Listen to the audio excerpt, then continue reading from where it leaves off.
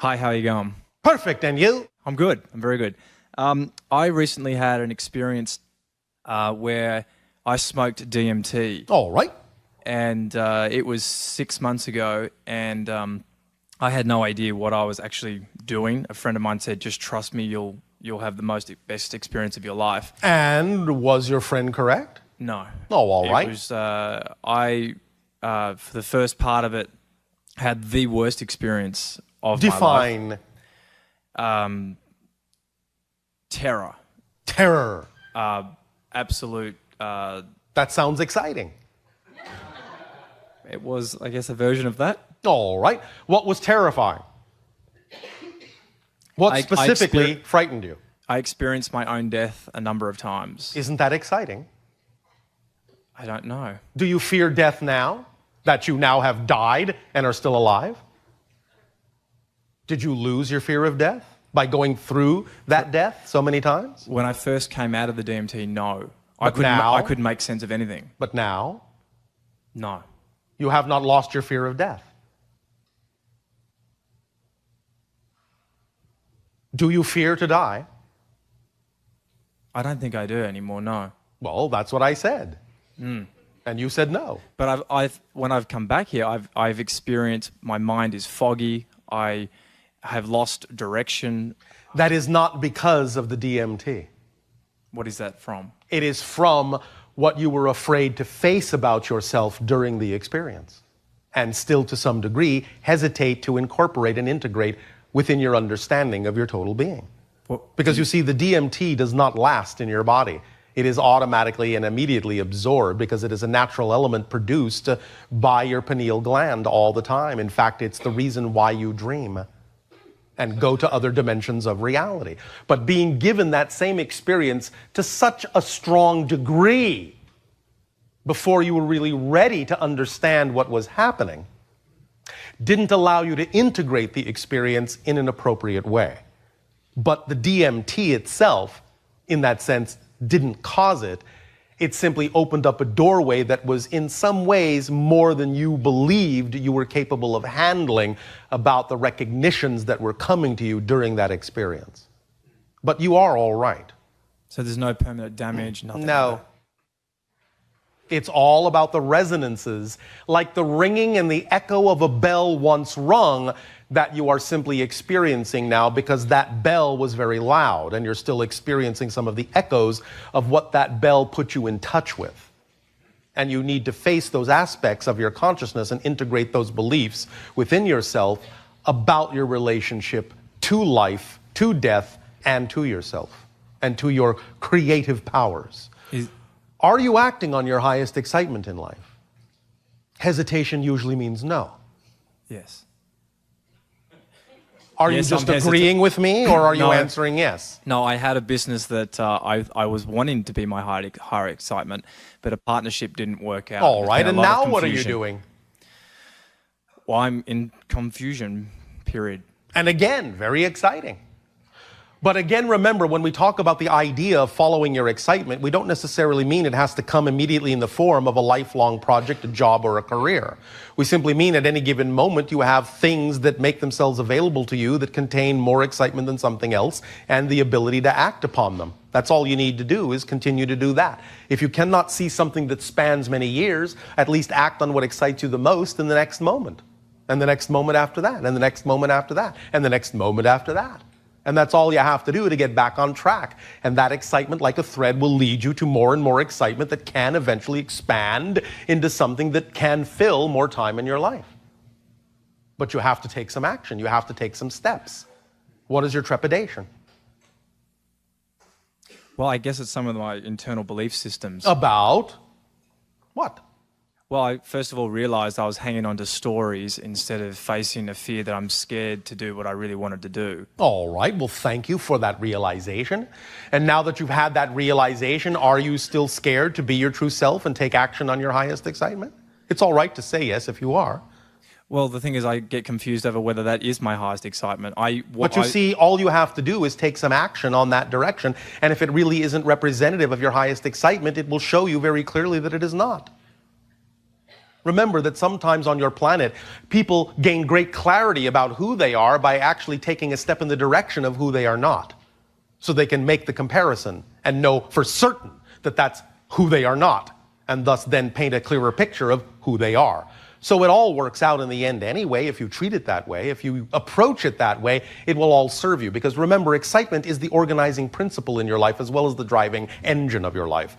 So even if there are things that seem exciting and they turn out not to be, or they could be exciting, but it's not the one you need to act on at this particular moment, the circumstances of taking that action will turn around in such a way as to show you what direction to move in if you're willing and open to use that experience in that way and define it as part of your path instead of an interruption in it or somehow a dead end.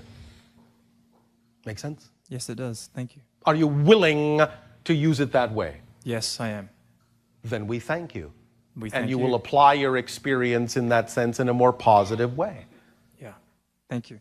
I have my girlfriend is here also, and she's having a lot of trouble sleeping. Oh, all right. And I'd like Maybe she is sleeping at an incorrect and inappropriate time for her biocycle. Many people on your planet do force themselves to be awake when they ought to be asleep and be asleep when they ought to be awake. Sometimes there is a more natural cycle than the one that society has imposed upon you. And if you are following your highest excitement and doing the things that are truly representative of your creativity, your natural cycle can reveal itself to you. And then you can find out when exactly it is that you require sleep and when exactly it is that you are required to be awake. Is there anything else? She's in this room. Yes. Do you feel there's anything else that she, besides finding that rhythm? Is there anything else? We are asking her. What if I have bad dreams, like I deal with bad dreams? Define bad dreams. I just wake up with a lot of fear. So you are afraid to sleep. I guess on some level I am. All right. I can guarantee you this. Nothing in that will harm you. All you need to do is ask for assistance with this, but you must also be willing to face what it is the dream is attempting to tell you about the fears you're holding on to that don't serve you. You understand? Are you willing to do that? Yeah. Are you willing to act on your highest joy in life without fear? Or are you afraid that if you actually allow yourself to be who you wish to be, that something dreadful will happen to you? Oh, that was a heavy question. I want to be my highest self. Will you like to come up and talk about this?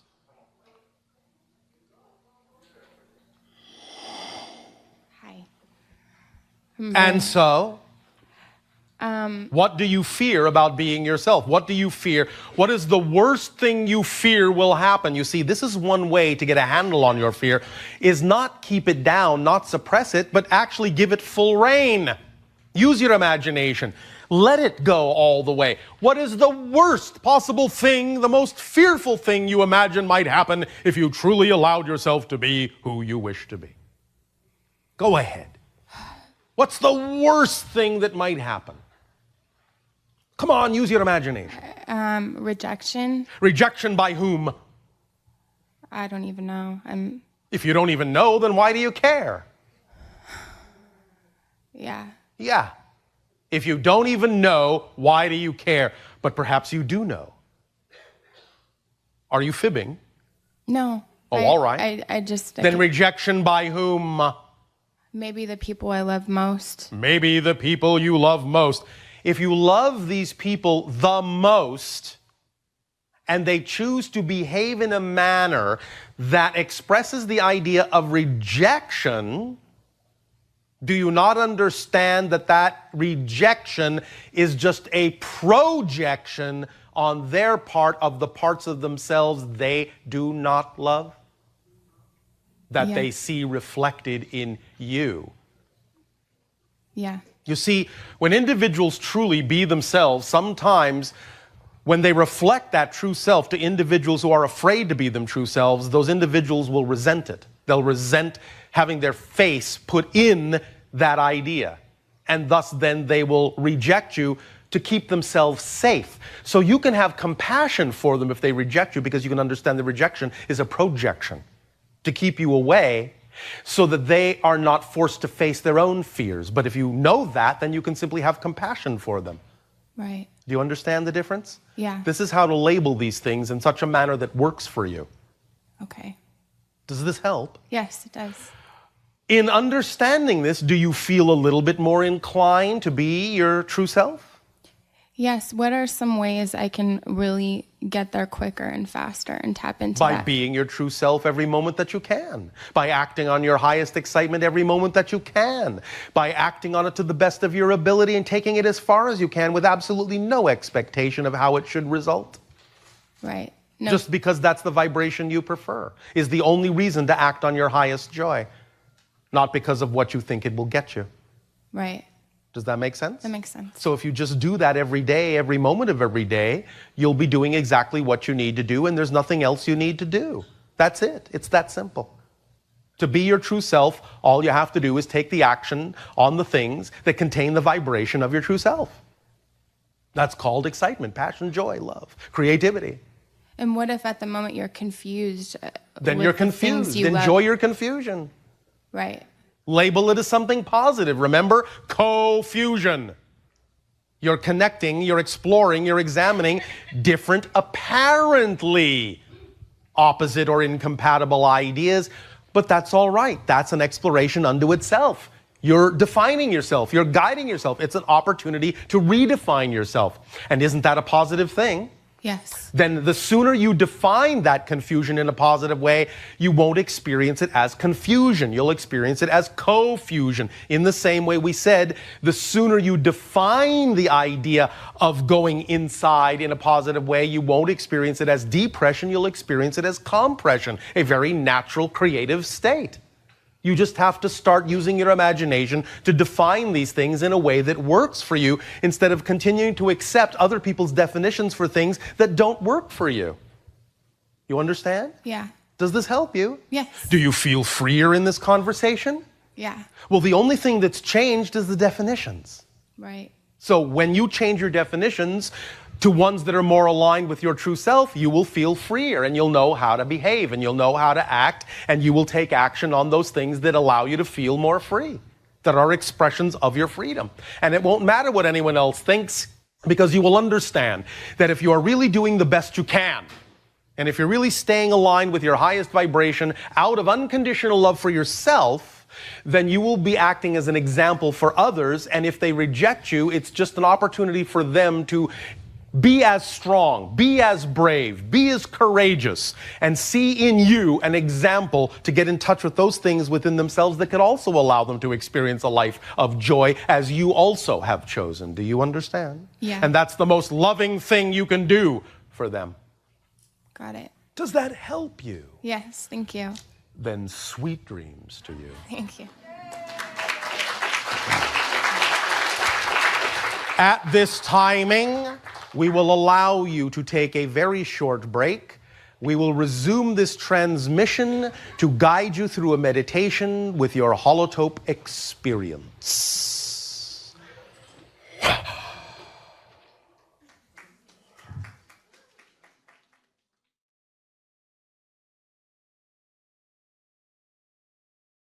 Good to you. Going back to the questions about dreams, Yes. I've been experiencing very vivid dreams most of my life. Yes. Very picturesque, very much details, and I remember. All them. right. How exciting. I know. I love it. I think that's great. Recently, I would say probably in the past couple of years, I've been experiencing very similar dreams, but there's always one particular, call it sidekick, element, person, creature. I'm not really sure. Yes. That whereas everything is clear, it's always very cloudy, very foggy. Yes. I feel connected to it. I Yes. feel a relationship with this particular Yes. creature. Yes. But I'm never able to visualize it. It will slowly let me see some parts of it, but I can Yes. never get a clear image of it. And what makes you think there's something wrong with that process? Well, I guess I don't think there's something wrong per se, but I'm just curious to maybe know, am I holding myself back No. in the understanding No. of it? No. No. Okay. You're being given as much as is appropriate to give to you, as much as you need to know at any given moment. It'll keep going. It'll keep expanding. It'll get clearer. You have to trust the timing. Okay. That's all. Okay. Yes? Perfect. Makes sense. Anything else? Yeah, sure. As far as it kind of sparked my interest when you started talking about the Mayans and I guess previous The Maya. culture, Maya. One of the questions I have is back in Italy, one of the major populations that is extinct now was the Etruscans. Yes. And there's in some of the I guess the records that we have, they do indicate interactions with extraterrestrials. Yes. From time to time, they had them. Okay, so I guess my question is, were they just exposed to extraterrestrials, or did they have any connections with it? Are they involved? You all have connections, but yes, in terms of your classic idea of interactions in physical reality, now and then they experienced interactions and contact with different forms of extraterrestrials. My next question is, before we fall asleep, Yes. can we ask to meet or together with the energy of our prior past lives? In other words, are there They're steps? not prior. They exist right now, so of course you can connect. Okay. Everything exists right now. There's no such thing as the past. There's no such thing as the future. That's illusion. What you call past and future are simply different parallel realities that you consider to be the past or the future from your particular space-time perspective. But they all exist right now. That's why you can connect to them. If they actually were in the past, you'd never be able to do so. Understood. And so that would tie in also with family members or friends that might have passed away. Whomever. Got it. Perfect. And then my next question is, if the goal is to raise or increase our vibration, will there ever come a time in this life, in which we can master the tuning of our frequencies, much like we would change the radio dial? Yes. Okay. And many people on your planet can already do so. You already have certain kinds of teachers and masters who have that kind of control, do you not? Shamans and so on and so forth. Okay. Yeah. So yes, of course, the potential exists within all of you. And the secret is, you're all doing it all the time. It's not that you have to learn to do it. You have to learn to become more aware of the fact that you're already doing it. That's the secret. Okay. Because you're shifting billions of times per second through billions of parallel realities per second. So you're already changing completely, moment to moment to moment to moment to moment. All you have to do is let your mind catch up to the fact that that's already going on, and the world will explode before you into a magical experience. Understood. Okay. Does that help? Yep, it does. And Thank you. thank you. You're welcome.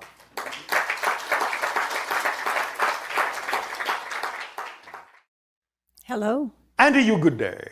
Thank you. I'd like your advice. Oh, all right. The doctor is in. Good. I grew up with not knowing who my parents were. Oh, all right. And I've recently found my mother. Yes. I'd like to find my father. Go right ahead. I'd like to know how to go about doing that. Check the records of certain family organizations in your area called Wisconsin.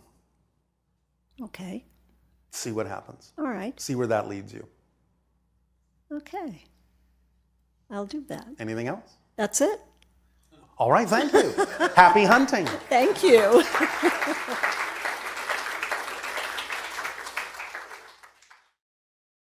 Thank you for having me this evening. All right, and to you, good day. Thank you. With having to do with dreams, for as long as I can remember, I'll wake up just really scared. Sometimes I'll be screaming or hyperventilating or How exciting for you. just crying Yes. very scared. And Do you feel out of control? yes, and right. I won't even be able to remember at all what I've dreamt about. Do you understand the idea of what we have termed the hybridization agenda? Not really. Do you understand the term alien abduction? Yes. You're part of it. Can you explain more to me, like in what aspect? Well, you have agreed on a certain level of spirituality to participate in the evolutionary program of the Earth, where beings from a parallel reality that you call the Greys will usually take people such as yourself aboard their ships and extract DNA material, genetic material, to create a hybrid species that will allow their particular culture to continue, because they pretty much destroyed their own culture and need viable human DNA to continue their society. They have created many forms of hybrids. You are part of that program in terms of donating your particular genetic material to the creation of many different forms of hybrid beings. But the idea is that this has been going on for quite some time, but you've never really been given the tools to understand that from another level you made an agreement to do this. And so anytime that these beings come and take you from where you are aboard their ships or shift you into a different reality, you feel out of control because you don't really know what's going on, or your physical mind is simply in the dark. But there's really nothing to be afraid of. You can actually ask for more awareness of what is going on so that you can have these experiences with more consciousness and on your own terms.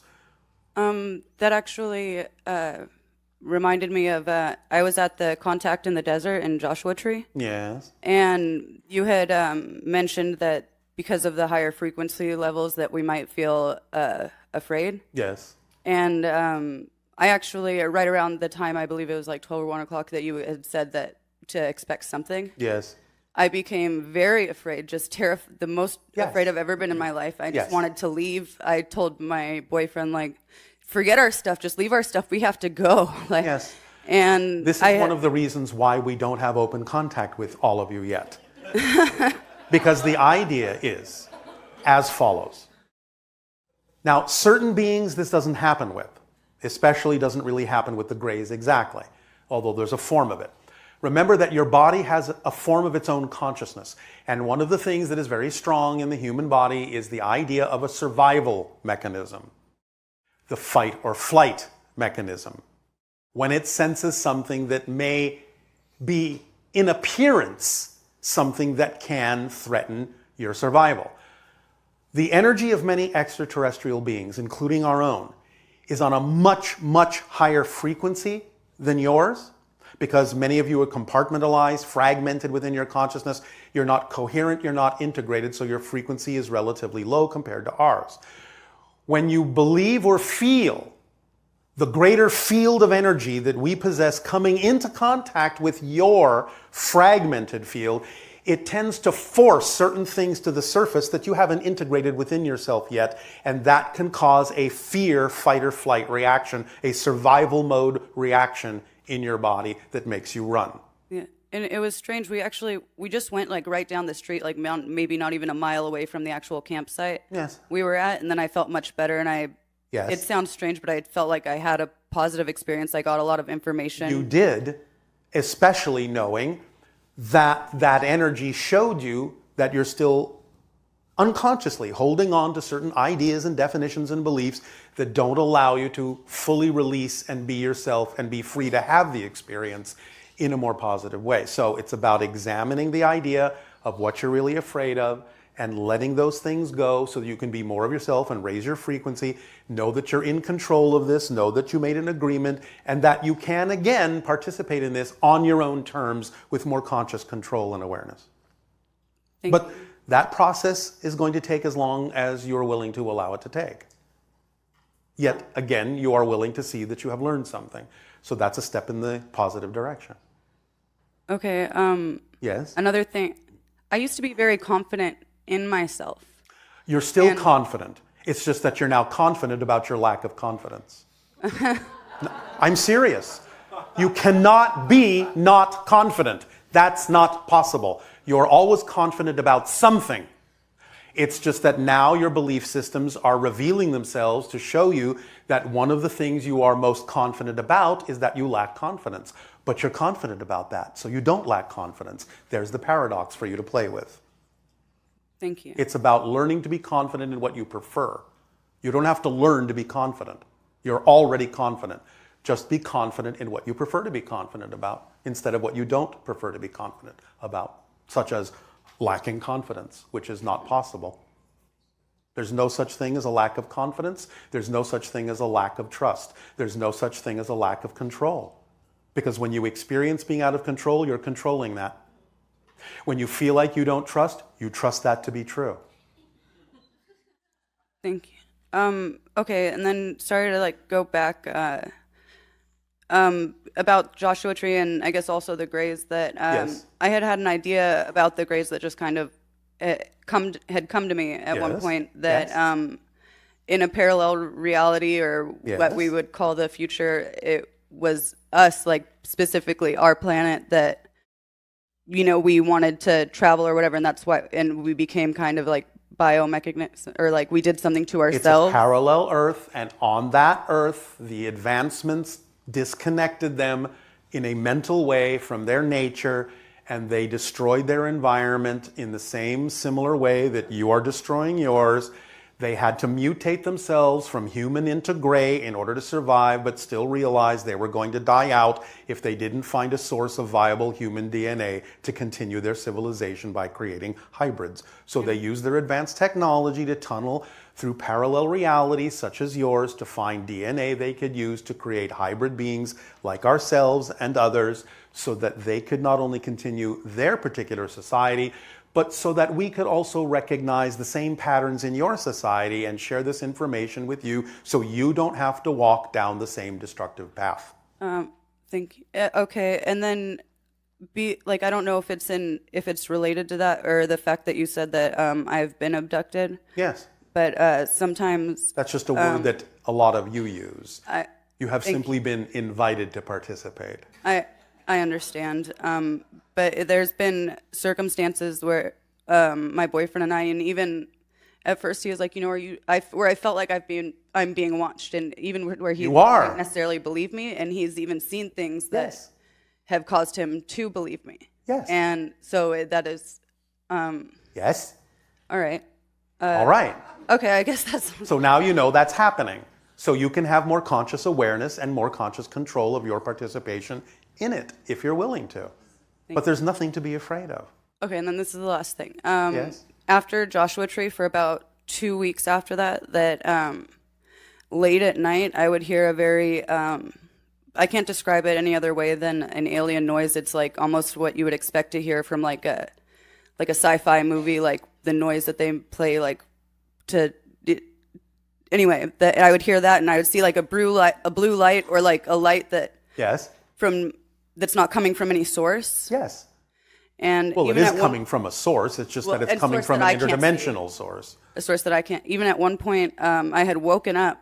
Yes. And when I awoke, it was the best way I can describe it is like the Agent Orange thing, where they have like somebody's like eyes pried open and they show all these pictures. Like yes. And so that's the kind of what I experienced, like just a bunch of pictures flashing in my head. You have been shown many pictures telepathically about the possibility of your world going down the same path as the Greys. And it ended on I want to say a silhouette of a very tall, thin man, but what it was it was black, and the man was the light.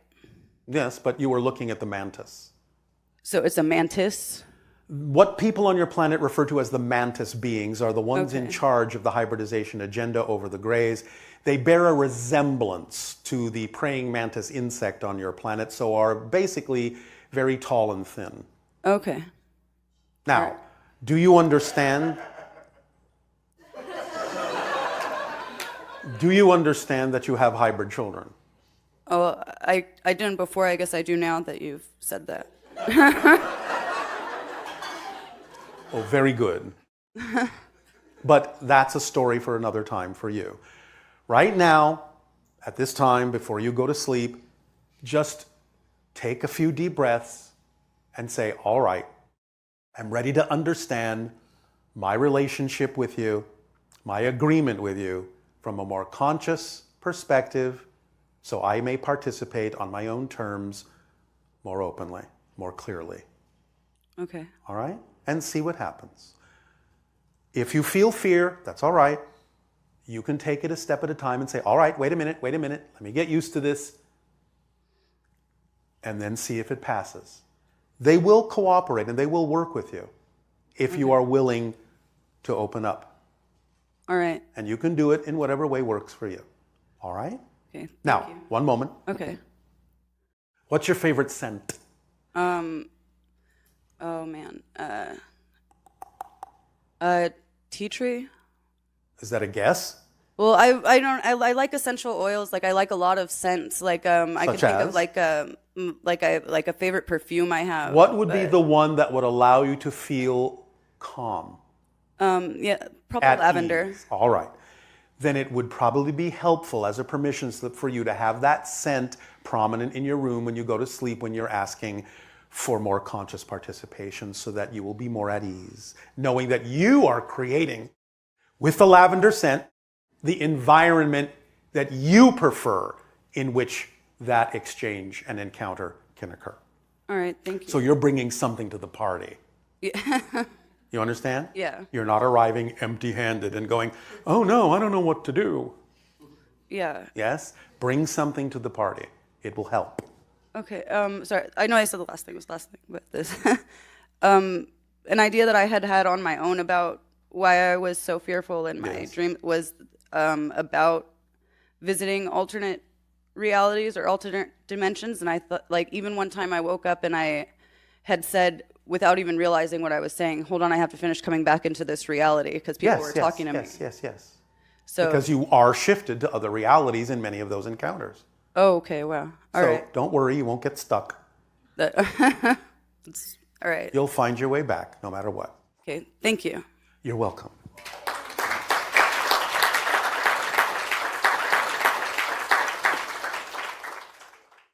Hello, Tadeo. Hello, Nania. No, somebody just asked me a question here, so I think it's time for me to ask you stream questions. All right. So, the first question has to do with a person's dreaming. In fact, there's a lot of questions about dreams, so I'll share some of those with you. I often go into a dream space that feels like a lower astral gray ghetto, like environment. Like I said, there is a lower astral realm that's very close to physical reality that can have a little bit of that feeling to it, which is why a lot of the idea of beings that are acting as quote-unquote ghosts or hauntings occupy that level. It is somewhat colorless, yes, because it's kind of a limbo state where they sometimes don't even know that they're dead, don't know what to do, don't know where to go, maybe caught up in certain belief systems that are negative, maybe working certain things out on that state. So yes, it does have kind of a gray pallor to it from time to time. And he says that he has a feeling of a mission to get to a specific place to deliver something or find someone. Yes. And then he wakes up feeling quite heavy from these dreams. Yes. How is this different than the lower astral creation space you mentioned earlier? Well, as I said, it's not different. But the idea is that you may be searching for a friend who may be a little bit lost in that particular realm, attempting to help them. But because you're taking on some of that vibration and it's so close to the physical reality, when you reconnect with physical reality, it can be like sort of bringing back extra energy that converts into mass, sort of, more densely, and that's why you feel heavy for a while, until you let it go back to the lower astral. Thank you. Yes. And then this one is, when you're in deep meditation, can you experience dream world, or is it kind of the same thing as... You can have glimpses of it, yes. Is it the same thing as lucid dreaming? It can be, but not always. Like, what's the difference between astral projection and lucid dreaming? Well, astral projection can be the result of lucid dreaming, which is simply another way of saying you understand that you're creating the dream, you're awake in the dream, and therefore can do what you wish. You can control what's going on. You can realize that you might be, classically speaking, out of your body, and therefore begin an astral journey. So lucid dreaming can be a step towards allowing you to have an experience of astral projection. And do people visit other lifetimes in their dreams? Oh, absolutely. But again, remember, all lives exist simultaneously. But yes, you can do that. You can have that experience. Absolutely. What about if someone's dreaming about tsunamis? What about it? Does that mean it's a prediction of the future? Not necessarily. Remember, there's no such thing. There's only a sensing of the energy that exists at the moment the prediction is made, but they may be sensing a reality with a high degree of probability behind it, or they may be sensing a reality that is representative of a fear they may have from the physical level. And by sensing that and seeing what the probability is, then it's possible they may also engineer to change that particular outcome. So it just depends on what they do with that information. And isn't water also sort of a symbol of emotionality? It can be. So again, you have to take this on a person-by-person basis. You can't overgeneralize. So the key is to pay attention to what's relevant for you as a person. Yes. Like maybe it is the idea of being overwhelmed by emotionality. It could be. Or it could be a prediction of the future that doesn't exist. It could be. You have to make that determination based on what it is you learn about yourself from that dream experience and how honest you are about digging into what you believe to be true about yourself. So sometimes it's a good idea to, when you wake up in the morning, to just stay with the dream. Absolutely. Give yourself that moment. Give yourself a few moments. Let it come back. Explore it. Find out what it means to you. Find out how it makes you feel about yourself. Find out that you might learn something about yourself by having had that experience. Yes. The heaviness that I think other people also have said that they feel like sometimes you can wake up in the morning and you feel so heavy, like you. And sometimes that's the difference between the idea of physical reality and the idea of being non-physical. Physical reality can feel heavy by comparison to being in the astral form because it is a denser vibration. So the heaviness can come from that too. So is it easier to learn in the dream world? Depends. Because one person was saying they would really like to be able to levitate things, and that they've been pretty successful at it in the dream world. All right. Well, again, remember, the key to levitation in physical reality is to begin with lightening up. I think that message was received. There is, in many forms of art on your planet, since it comes through the imagination from the higher mind, much information that answers a lot of these questions. And as we have said previously, and especially with regard to that particular question, you have a particular film on your planet that you know as the Matrix. And in the Matrix, there is one particular line that answers that question definitively. It goes, even though the question is about levitation, to also the idea of making material objects seem to be manipulated by your mind. Spoon bending. And in that movie, the answer is clear. The only way you can do it is to understand there is no spoon. That it's just a projection of your consciousness. So the idea of an object being located on the ground, and then the idea of that object being located above the ground, is just a matter of understanding there is no object. And therefore the idea of whether it's here, or there, or here, or there, or disappears from there and reappears there, or floats above the ground, is all about understanding that you are creating the concept of physical space and time. And that it's all about resonance, and that there's a different resonance here than there is here. So when you begin to understand that you're just changing the frequency of something to exist in a different frame of reference within a projection of consciousness that you're creating anyway, that isn't real unto itself, then levitation will be something that's normal and natural. Because you're just redefining its location in space and time.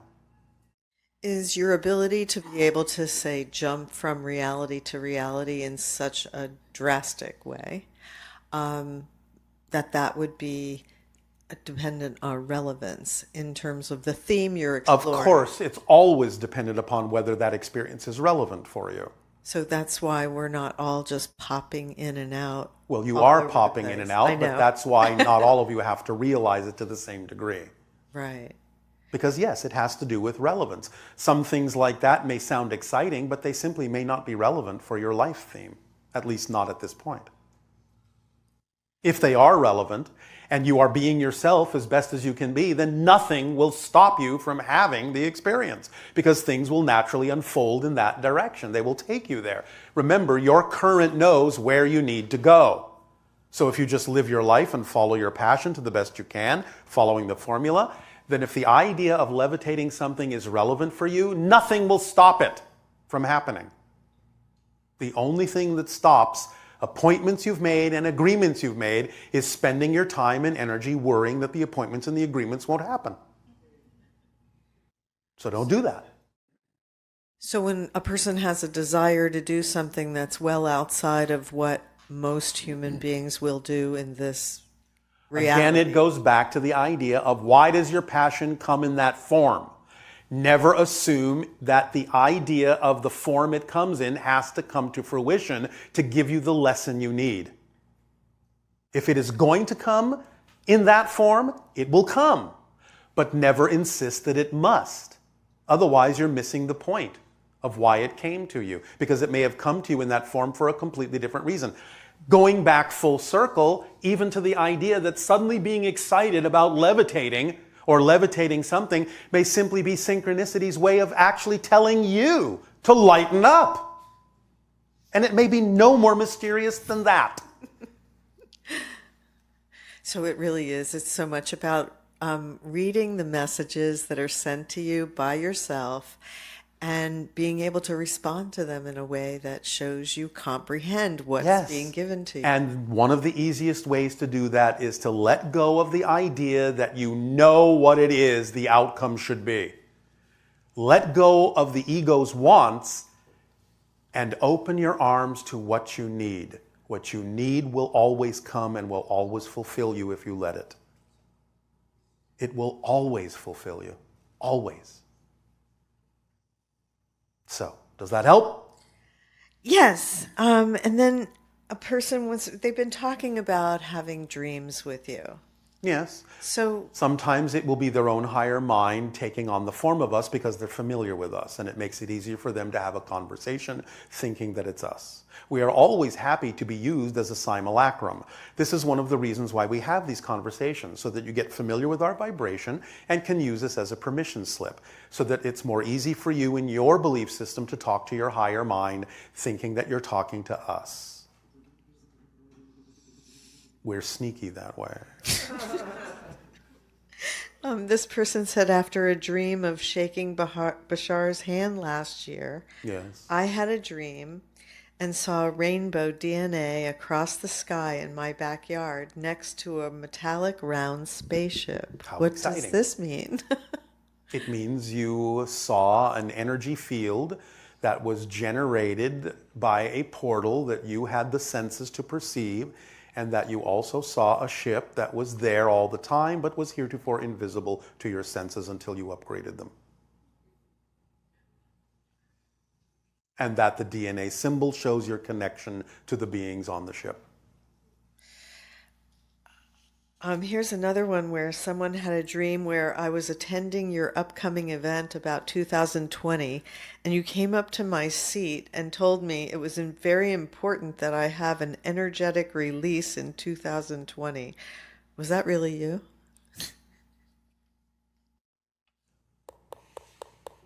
In that particular case, it was a part of us. Not all of us, but a part of us. If we avoid dealing with trauma that happens in childhood, does that hold us back from having contact or more contact? Or the kind of contact that it ends up leading to? It could, because what you're simply saying is you're avoiding looking at the idea of fear-based belief systems that you have bought into. So it could. Okay. And then finally, many of us here are also artists and would love to see your sculptures on Essassani. Could you plan with some mass exposition to see your artworks, taking us, we the bald and curious ones, on a mass ride to your planet in the dream state? Yes, that can be done, and from time to time actually has already been done with some individuals. At the same time, it can be that at some point in the years to come, representations of some of the sculptures can be, at least in some form, recreated on your planet so that you at least have an idea of what it is we're creating on ours. Sounds wonderful. Yes. Anything else? So, because it's about time for your break and your holotope experience. Okay. So, at this time, enjoy a short break. We will resume this transmission to crystallize in the idea of your ability to more consciously visit the dream world with your holotope experience as the transmission continues.